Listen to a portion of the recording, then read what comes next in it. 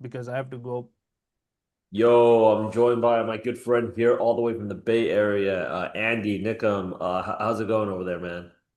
Doing good, much better now that things are secured. So feeling good. Not that I wasn't feeling good before, but a lot more calmer this last month or so.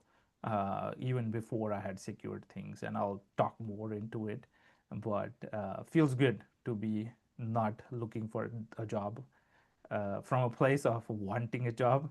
Though I still have a couple of interviews scheduled. I've got one on Wednesday morning already, so still gonna continue in that sense of keep working at it.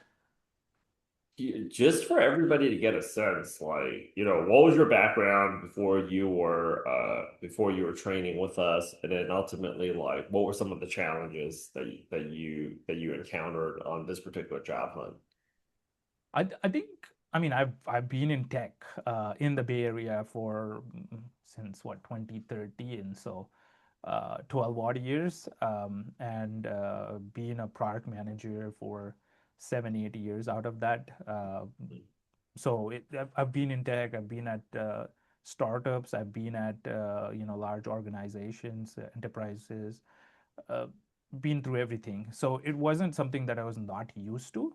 Hmm. But still, it was very difficult in this market, especially because of the fact that the demand and supply is just so crazy at this point in time, where there is less demand, but the supply is overwhelmingly available with resources. So it's people are people with 30 years of experience are applying for jobs for freshers.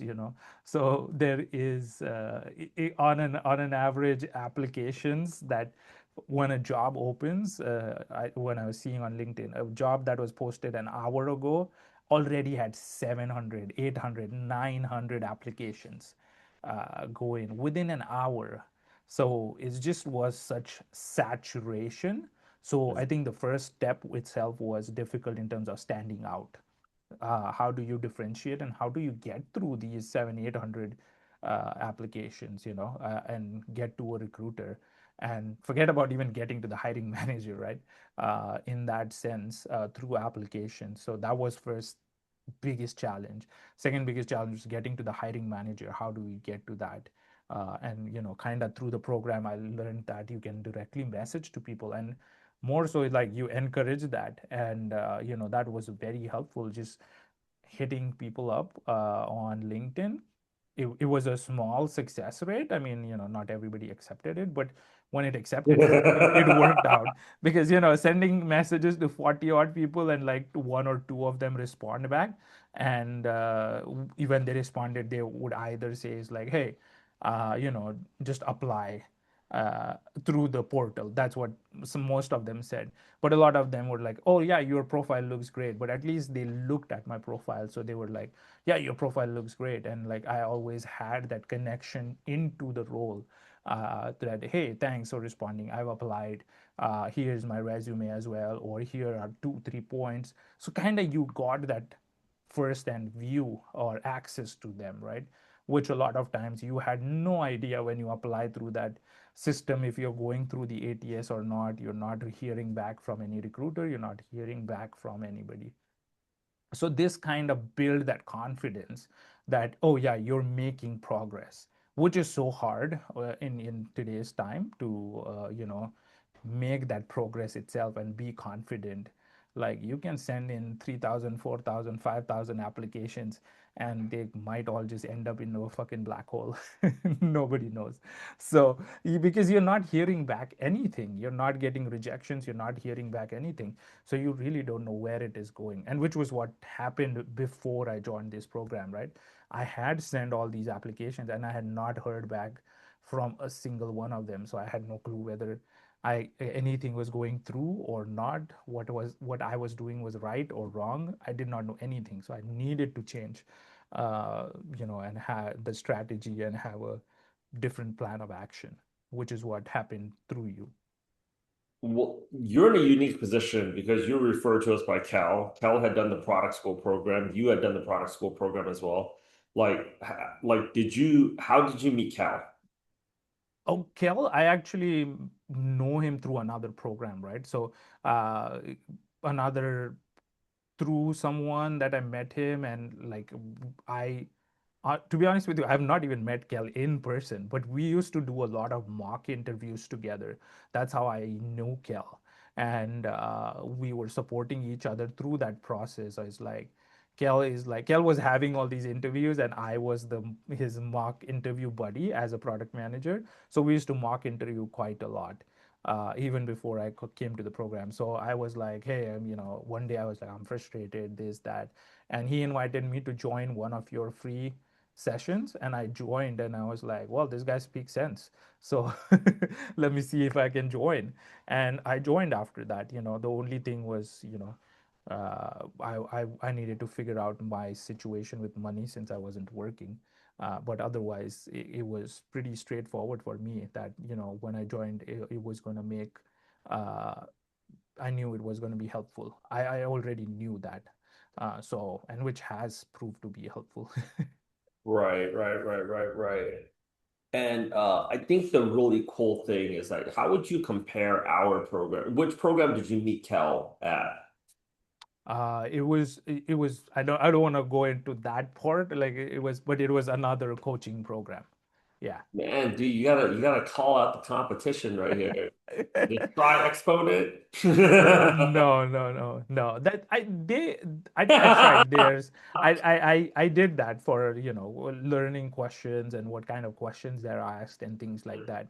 I paid that, but I think the biggest difference between any other program and your program is that you are personally involved, and especially you keep people accountable, where that is what your biggest strength is. And I think that is helped is because, the coaching sessions that you had every, twice a week for an hour, it still put a lot of, accountability on the plate, where you called out and you're like, Andy, still haven't got your resume.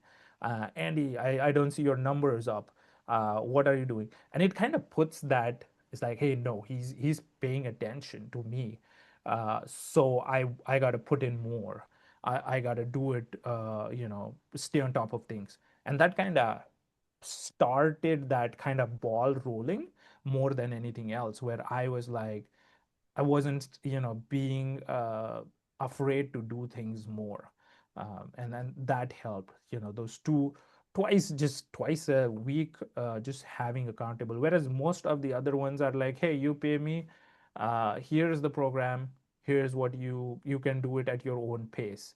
So, you kind of go missing a lot of times when you have that kind of things where things are given to you, but everything is on you. So you're not really aware, or you're not really in it, where you're like, oh, I don't know, I have to do this, I have to do that, like, so you get overwhelmed with a lot of this. Whereas with you, it was very, it's like, hey, just send out applications, and that is where you are right now, so do it. And Yeah. that keeps it simple and easy for people to manage, I feel. I think I also want to give a big shout out to also all the other coaches here because I think it's important for you guys to see other success stories. You Yeah. know, it's like you said, it's a very difficult. I know what it's like to put a lot of effort into something and you don't see the results quickly. Yeah. So like it's a skill that I think we've all had to master in the past few years is really understanding that, how do you go out there and keep yourself motivated when how do you keep yourself motivated when it isn't like right in front of your face? People easily feel defeated. Um Yeah. yeah. And Uh I felt that, right? I would say that honestly, like the first 2 months, I was putting in the effort, but it just wasn't popping up. But I think it's also in this environment, it takes a little time for that, a ball to start rolling. So once it started rolling, I was just having interviews left, mhm. right, and center. And, things did slow down end of December. I mean, what I joined you in September. Yeah, I think August or like September, yeah, like September-ish, I think. Yeah. I think And closer to October, so you were already kind of getting in when yeah, the people were kind of like chilling a little bit. yeah, Because once you actually go into Q4, you really only have 1 month. Because once November starts, people just start drinking at like November 1st. exactly. So And yeah, like getting ready for in-laws coming in, yeah, people going home, weather issues, flight delays, obviously like the government shutdown came at an impeccable time. 5, 6 hour delays, yeah. SFO. Oh yeah. And You that kind of built into it, that is this the confidence, right? That through all of that, I still had interviews in November. I still had interviews in December, even through that lull period. And then, the interviews that started in December kind of continued early into January. And then I sealed this role. But it was the fact that, September, the work that started in August, September, kind of started culminating from November. And I think that the results started showing then, because a lot of times people still are taking time to actually schedule interviews with timings with people and things like that. So I think it takes a little time, but it's happening. You start seeing results, and I think the biggest also factor was that seeing people do things made me do things. So having that building that portfolio website from scratch, building that financial app from financial scratch, fitness buddy. and financial fitness plan. I mean, it's not finished, but the fact is that when I showed it to people, people were impressed, and that led to conversations of how can you do that for us, compared to, oh, tell me about a time you did this, or tell me about a tough customer, or tell me about that, the monotonous rhetoric that you happens in interviews. That changed into more proactive conversations about, oh, how can we build this here, or oh, I like that part that you've done here, because I had something to show to them. And that kind of built my confidence up, where I started standing out from the rest of the population and started going deeper into interviews. I mean, between that period, I had three companies that I had 5 rounds of interviews with. Uh, so it just like luck had it that all three roles went on hold for various reasons, but I still went through those, and that kind of builds the confidence up. 100%. Like I think something that people just don't realize is basically like when you're doing everything by yourself, Yeah, you're constantly it's so hard for you to stay focused yeah, because like you're working on your resume, you feel like you should be applying or maybe working on your side projects. When you're building your side project, because you have too much time and there's just no structure, all of a sudden you're yeah, just doing this on your own, right? When you're working on your side project, you're just thinking to yourself like, should you be applying? Or yeah, like, oh, should you be networking? There's constantly so many other activities that you're working on that we really have to yeah. build in. It's almost like going back to school again, Mm-hmm. where it's like people are like, oh, like, like I just can't focus. And I'm like, well, I'm pretty sure there was a time when you had a biology class, a math class, a French literature class, and then you had a history class, and then we threw in a musical instrument in there. And then, like, somewhere along the lines, it was just like, oh, you just have to go from doing a lot of different things to just one thing. Like, I take a look at all Yeah, my friends' kids right now. They look like they're busier at, 10, 11 years old than I was, like, my sophomore, junior year in mm-hmm. university. So I think the time management aspect of Yeah, it is really difficult to manage if you're just doing it by yourself. yeah. Um, Obviously, when you decided to enroll here, I would say money aside, there is also the hesitation about whether or not we were going to be able to deliver with you. Yeah. What were some of your hesitations about joining? And then also, like, why did you ultimately make the decision to enroll? I think I saw the benefits in your program very early. So for me, That was never a doubt. The moment I joined that one session, that one free session you had where I think you did with John, about that free application, the agent, AI agent that applies for you. It was something different, and it was something that I had not seen before. So for me, you had innovative solutions, what we call in product management terms, right? It's like innovation. And that is what I loved about that, where you have always come up throughout the program. It's not that, hey, here's the program, stick to it, and you'll get results. It's never been like that with you. You have innovated every month or every week, literally, based on seeing how the market is changing.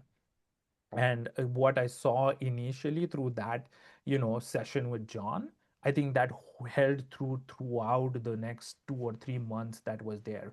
You were like, hey, build in Lovable, build this agent in N8N. Let me show you this person who has built it. Let me show you this person. And you put those courses out throughout, right? When I joined in, initially it was about chat gpt, then things changed to Lovable, then things changed to N8N, then things have progressed through that over a period of time to now to Manus. And there are just things that you put out every time as the market is evolving. So you are always staying a step ahead of everybody else and everything.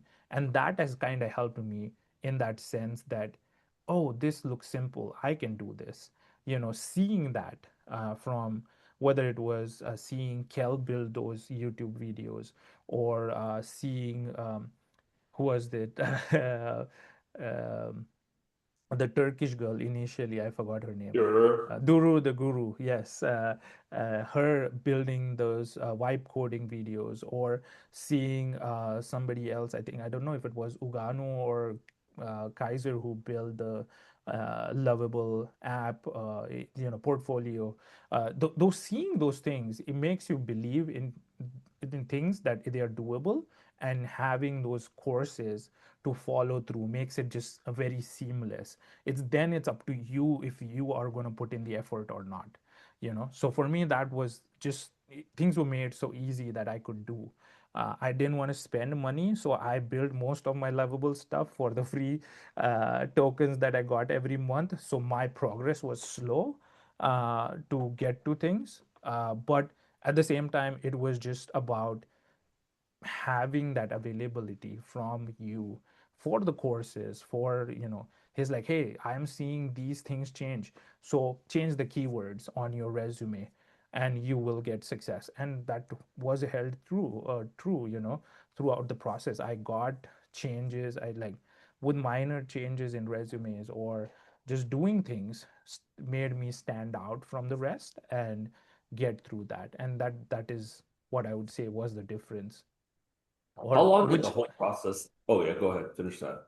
which just to tie it up back to the question, was that, yeah, that what I saw initially about you, you being an innovative guy, and you will find an innovative solution to the problems that are going to change with how rapidly the market is changing, is what had made me take that decision, except for the price points. It's like, okay, can I pay for it? If I can, then I will definitely do it. Got it, man. Okay, Yeah. well, tell me now, like, what's like, you talked about a lot of the benefits. You probably had a lot of people also reach out to you as well. Mhm. What do you think is like stopping people from being successful that are not in this program? uh, I think people are just not, doing things where they are standing out. I would say that would be one. And people are things like, people just not doing things, right? People are just doing the same thing over and over again and expecting a different result, is what people are doing. And I can tell that frankly, because of the fact that that's what I did before I came here, right? I did not have a website, portfolio. I did not have anything to show to people. I was just doing, I was like, the only way I can stand out is having a different story than other people, and a different way of answering the questions they're going to ask me. I wasn't in charge of the interviews. It was always an interrogation more than a conversation. But once I came in, I think those interviews now became more conversations because I was telling people what I have built. I was able to show them what I've built. I was able to, once people saw that, their conversations changed to, oh, that looks incredible. How did you do that? Like, those were the conversations that happened compared to the conversations that have, generally happen in interviews. It's like, oh, so tell me about a time when you had to deal with a tough customer, or tell me about a time how did you prioritize between engineering and finance requirements. Like, those are the questions that you generally going to get, and you are just always then in that case behind the pack. How do you stand out of that rat race, and how do you lead the pack? Because every company is actually looking for leaders in terms of product managers who are decision makers and who can control the narrative and explain things, because they have to deal with stakeholders, because they have to deal with strong personalities who are leaders in their own groups, right? Whether it is UX leaders or whether they're engineering leaders, you want to be able to hold that conversation with them and at the same time tell them why you cannot prioritize their work, or why do you need to, why they need to do what you are telling them to, but how can you do it in a more effective way. Now when people see things, they are more able to, they're more engaged and more, in that space to listen to you, rather than them wanting to always tell you what you should be doing. So that's the difference, I think, with having these things that I built and I had to show them. I was always ahead of the curve, and that happened because of the program. Whereas most of the people are just doing the same things, right? They're applying to more jobs, and applying and keep applying and keep applying. There's nothing to stand out, or nothing different that is going to give them different results. Yeah, I think the biggest takeaway that I have is that your job right now as a product manager, both on the job and on the job hunt, is how do you go out there and captivate attention? Yeah. Uh, like from your resume, how do you go out there and how do you give people reasons why they want to go ahead and interview you? And how do you give people reasons why they want to keep moving forward in the round and giving people reasons why they want to go ahead and transition that interview into an offer? Something that you mentioned that, it's why I get a kick of doing these testimonial interviews is like we're iterating here every single week because there's so many people that is watching our content and they are taking our advice and they are trying to implement it. And when we see it implemented back in the market, then we continue to go out there and innovate. Yeah. How do we stand out from that pack and how do we stand out from that pack? Generally speaking, about 80% of the market's slow to adopt, but there Yeah. are people that are like, they'll take it and then they'll schedule calls with us saying like, man, I was only able to get this far, but it's really, I think, a real lifelong pursuit of one, like really understanding how to captivate and capitalize attention. Yeah. With that said, man, what do you have to say? There's gonna be we're booking Andy here for like a live session, and it's actually I think it's very interesting to me where we get a lot of people that'll say like, um, and this, I think this just shows how where the market is, why I feel like the Yeah. market's been better than ever. We had about I lost count. We had about 19, 20 some product managers come by to the happy hour recently Yeah. and that have done the program, landed a job. People were like, oh yeah, what do I do? It was like literally they could be watching this YouTube testimonial right now because I have no doubt that when it drops, you'll have a lot of people ping you on LinkedIn and they'll be asking, it's like, well, you know, one thing you can do to get a call with Andy is actually, I think, and um, it's beyond me why people just don't have such a basic degree of even like end user empathy. Is like if somebody came up to you right now, because every single time we drop a testimonial, they have like hundreds of people reaching out to them on like how do I get a Mhm. job, right? Uh, I don't think it's beyond the question where somebody's like, hey, I watched your video 3 times, and something that you mentioned was, you're a financial fitness buddy, right? Like, if you even, maybe a good place for you guys to start is just even like watching the YouTube video. I don't think anybody can get anybody on the phone right now within 24 hours anyways, right? So if you're like, hey, can I chat with you? I saw your testimony on Monday. It's like, yeah, maybe I could chat with you Friday afternoon. Even just during that time, they could watch a YouTube testimonial very easily. I think take that transcription, pop it into ChatGPT, like create a list of takeaways that I could actionize within like the next 24 hours. What are the questions? But I think the level of thinking right now in the market is so low, and product management is a very strategic job where it requires you to be thinking and innovating. Like we're innovating every single week, at least twice a week live. Like, okay, what are we doing this like now this week, right? Um, so that's like a great place to start. But like, what would you have to say? Because it was like people like actually came up to me just like how you were talking, and they're like, Rich, I don't know how you do it. And they're like people are just asking them like question after question. It's like, are you writing any of this shit down? Like when you wake up tomorrow, are you planning to implement any of this?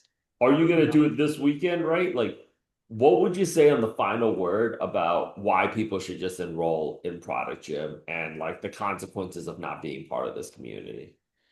I think it's very simple, right? I'll tell you two benefits that I got. Huge, right? Uh, if you're doing things on your own, it's a very demoralizing market because you quickly get demoralized because you're not, hearing back or whatever the reasons, right? You're getting rejections and stuff. Mm, So when I joined the program, first thing that happened to me is like I was able to see success, and mhm, when you see success, you can feel motivated. So that's what happened. The second thing was you had people who are in the same boat or in a similar boat or have been in a similar boat.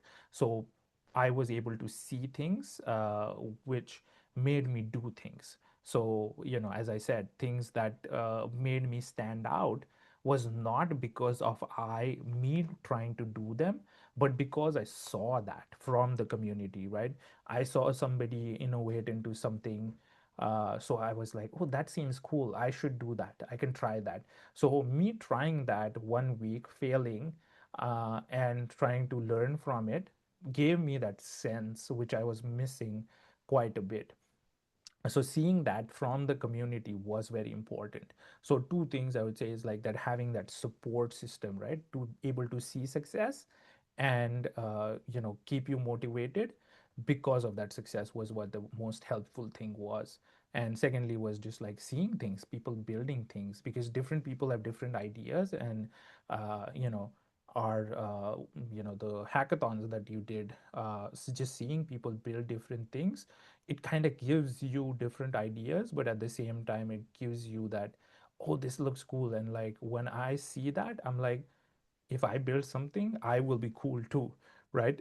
And honestly, that's what led to build that financial fitness platform, which kind of, when I had conversations, I'll just give you that example, right? Like one of the questions in my interview was that, oh, you've done all these things, but that was, old technology. Now that with AI, how would you do things, or what would you use? And then at that point in time, I was like, instead of me telling you, let me show it to you. And I already had things to show. And when I showed that to someone, that was an instant roll into the next round. And not just into the next round people were already, the person had already told that this other person, the other interviewer into the next round, who was like, hey, I want to see what you build. Like, that's where the conversation went, rather than, oh, tell me about yourself, those or tell me about a time, tell me about this. Those conversations just never happened into the interviews anymore. And that was the difference for me, because I was able to see people in the community do it, and I learned through them and take it into the, a different direction, for which was worked for me. There you go, man. Well, thank you so much for I think giving us all of this insight. Yeah. And hopefully people will actually take this thing apart. Oh But yeah. like we have big fun things that are coming along. Yeah, I very much appreciate every like you bring a really good energy into the community, man. So Yeah.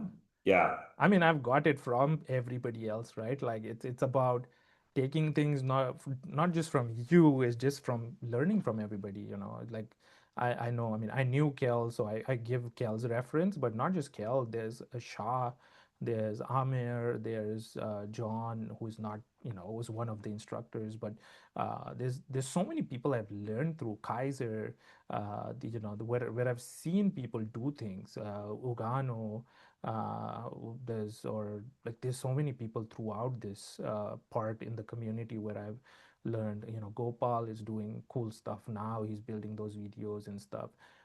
There's so many people who keep doing things and you learn from that, right? You learn from their failures and their mistakes, and they're like, oh, I made a mistake here, and that kind of sticks with you, and you're like, okay, I won't make that mistake, but I gotta do things. And that, you know, kind of encourages you to do things, so you stay ahead of a lot of curve and also stay motivated, because staying motivated is the hardest part in today's time, I would say. Staying motivated is the hardest part, man. Well, thank you so much for your testimonial. Thank Uh, you. let's go out there and let's get to the next chapter of Oh this yeah. journey, which is one word, champs, affiliates. Yes. That's the next thing I'm working on now. That's the next thing. Okay, man, I'm gonna go ahead and let Yeah. you go. Thank you so much for your Thank you time. so much. Anybody that's watching this, you heard it from Andy. Come on in, hurry up, let's get you out, and then let's get you moving on. Because I think the thing that people just are not considering is not just this upcoming job hunt, but you want to go ahead and you want to go ahead and be successful at your subsequent job hunts as well.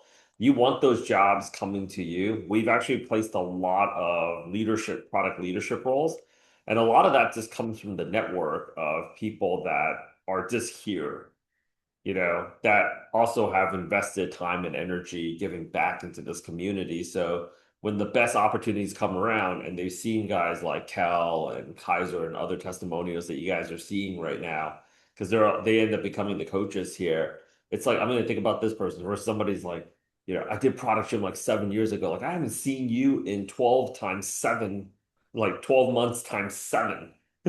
And for whatever reason you feel entitled to be in the front of the line, right? Like good luck with that. But yeah, and it's a nationwide network between the US and the 51st state, Canada. No, I was kidding. And between the US, Canada, and the UK. But 51st state. Oh man. Thank you so much. Yeah, dude, I'll go ahead and talk to you soon. Thanks, Andy. Yeah. Thanks, Rich. Bye.